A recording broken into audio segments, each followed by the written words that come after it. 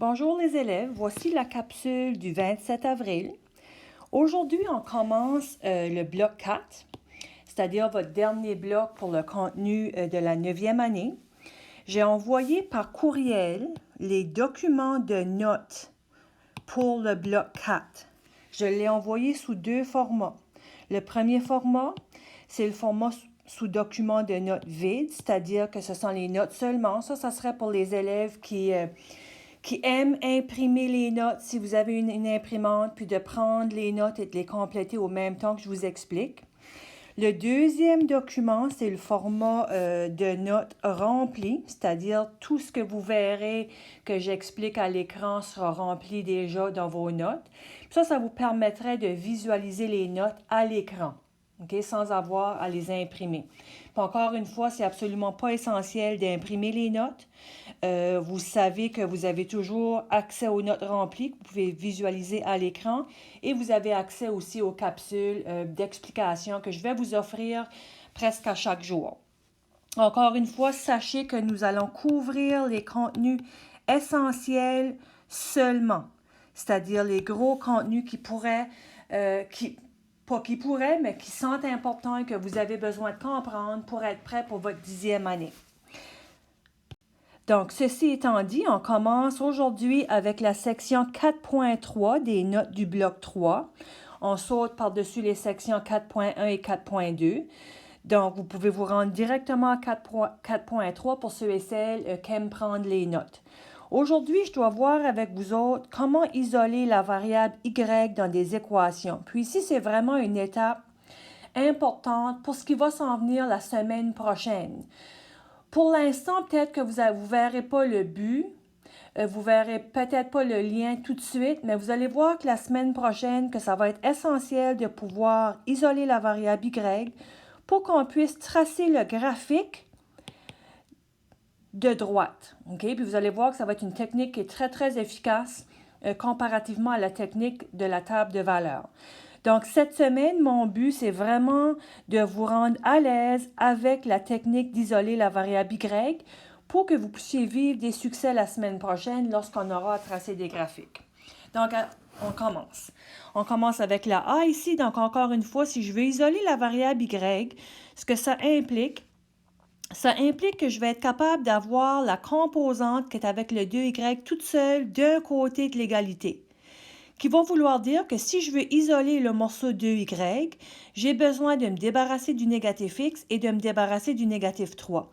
Puis on va suivre exactement le même principe qu'on suivait lorsqu'on devait isoler la variable x, par exemple. Donc, dans ce cas ici, si je veux avoir le morceau 2y toute seule, je dois changer le négatif x de côté et changer le négatif 3 de côté. Qui va vouloir dire que si on fait ça, il va nous rester le 2y de ce côté ici. En changeant le négatif x de côté, il devient positif. En changeant le négatif 3 de côté, on fait son opposé, donc il devient positif 3. Donc, vous voyez que maintenant, j'ai tout simplement la composante 2y d'un côté. Moi, je veux le y seul, je veux l'isoler, puis mon y est multiplié par le 2. Si on veut se débarrasser d'une multiplication, l'opposé de la multiplication, l'opération inverse, c'est la division. Donc, je devrais diviser tous les membres par 2 afin de respecter mon égalité qui est ici. En faisant ça, voici ce qui se passe. Vous voyez qu'en divisant par 2, mon y devient isolé. J'ai tout simplement un y qui est maintenant égal à x sur 2 plus 3 sur 2. Et voilà comment faire pour isoler la variable y. Ici, je vous fais remarquer que vous allez souvent voir dans nos corrigés la forme équivalente. Au lieu d'avoir y est égal à x sur 2, on pourrait avoir y est égal à 1 demi x plus 3 demi qui est équivalent à ce que j'ai ici.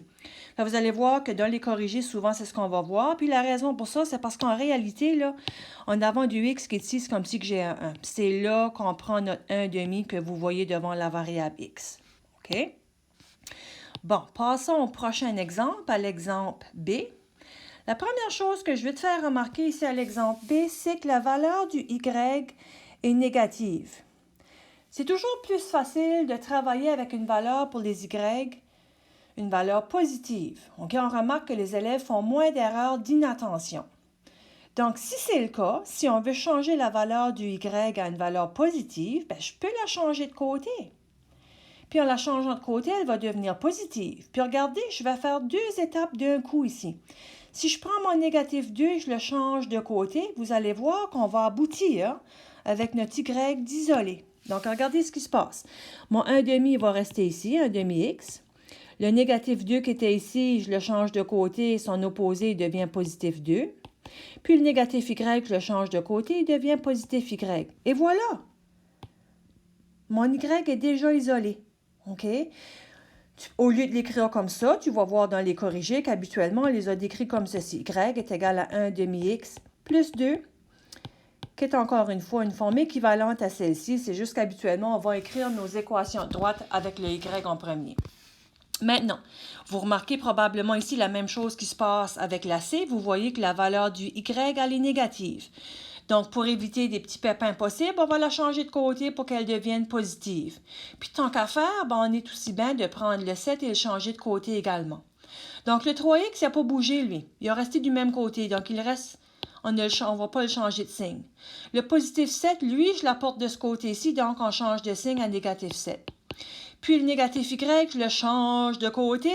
Il devient donc positif y. Et vous voyez que dans ce cas-ci également, mon y a été isolé assez rapidement.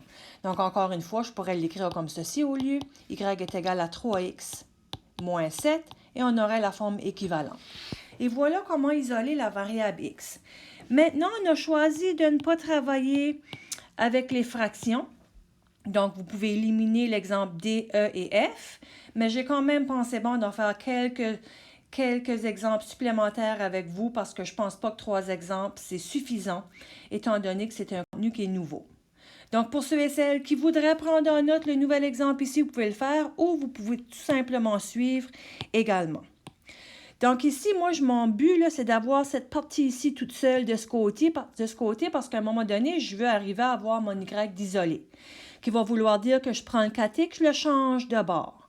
Je le change de bord, je dois le changer de signe. Donc, voici ce qui va nous rester. On va avoir 5y. En changeant le 4x de bord, je dois changer son signe, ça va devenir négatif 4x moins 30. Voilà ma première étape. Maintenant, ma prochaine étape, je veux la valeur du y seul ici, qui est multipliée par le 5. Donc, je dois faire l'opération inverse. Je dois donc diviser par 5. Et si je divise par 5 d'un côté, je dois diviser par 5 de l'autre côté. Donc, les 5 vont simplifier et voici ce qui va me rester. Il va me rester y ici est égal à négatif 4 cinquièmes x. Puis attention, ici, là, je suis capable de réduire le 35e. 30 divisé par 5, je vais avoir moins 6. Et voilà pour l'exemple D. J'en fais un dernier exemple avec vous. Je te suggère même ici de mettre la vidéo sur pause. Je te suggère de l'essayer par toi-même. Et lorsque tu auras fini, tu peux redémarrer la vidéo.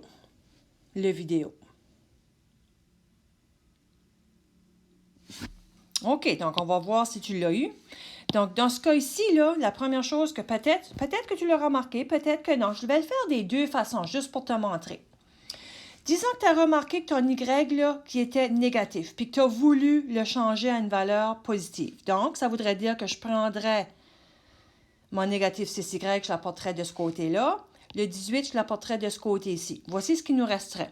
Il nous resterait 3x moins 18, parce que je prends le 18, je le change de côté, est égal à positif 6y, parce que je l'ai apporté, je l'ai changé de l'autre bord.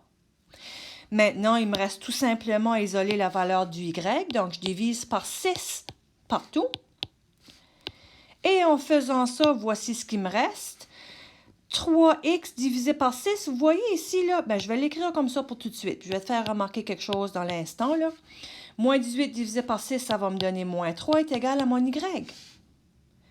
Je pourrais écrire, si je voulais, dans l'ordre, en commençant par le y, j'aurais y est égal. Mais voyez-vous ici là, que le 3/6, c'est une fraction qui est possible d'être réduite. Donc, comme toute fraction qu'on peut réduire, on doit réduire ici également. Donc, 3/6 va se réduire à 1 demi x moins 3. Et voilà. Ça, c'est une façon de le faire. Là, je recopie mon problème là, initial. Moins 6y plus 3x est égal à 18. Et disons qu'on n'avait pas remarqué que la valeur du y était négative. OK? Je vais te faire voir que ce n'est pas la fin du monde là, si tu ne le remarques pas tout de suite. Donc, peut-être que toi, tu as choisi de prendre le 3x puis le changer de bord. C'est complètement correct. Si c'est le cas, voici la prochaine étape. On aurait moins 6y est égal à négatif 3x plus 18.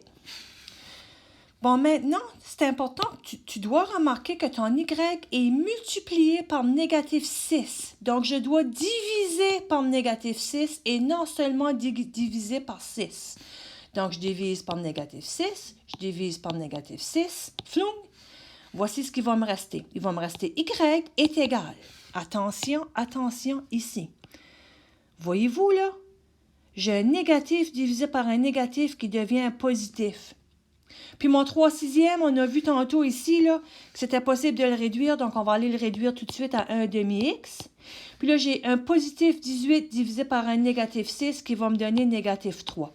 Fait, vous voyez que peu importe l'option que vous choisissez, vous allez arriver au même endroit. La seule chose, on remarque les élèves, comme je disais au début de la capsule, que si tu es capable de voir et d'y penser, puis d'essayer d'avoir une valeur pour les y qui est positive, souvent on remarque que les élèves vont faire un peu moins d'erreurs. Merveilleux, je pense que c'est suffisant comme exemple pour aujourd'hui. Maintenant, pour demain, tu vas voir dans mon calendrier sur Wiki que j'ai annexé en pièce jointe la feuille isoler une variable. Okay, tu trouveras ça dans les pièces jointes au bas de la petite fenêtre là, dans mon calendrier. Pour demain, je te demande d'essayer les lettres de A à H. Attention, A à H, là, c'est A, B, C, D, ainsi de suite, jusqu'à H. Et demain, je reviendrai en capsule et j'en ferai la correction de quelques-unes de ces lettres. Donc, encore une fois, merci de m'écouter et je vous souhaite un bon lundi. Bye bye, à demain.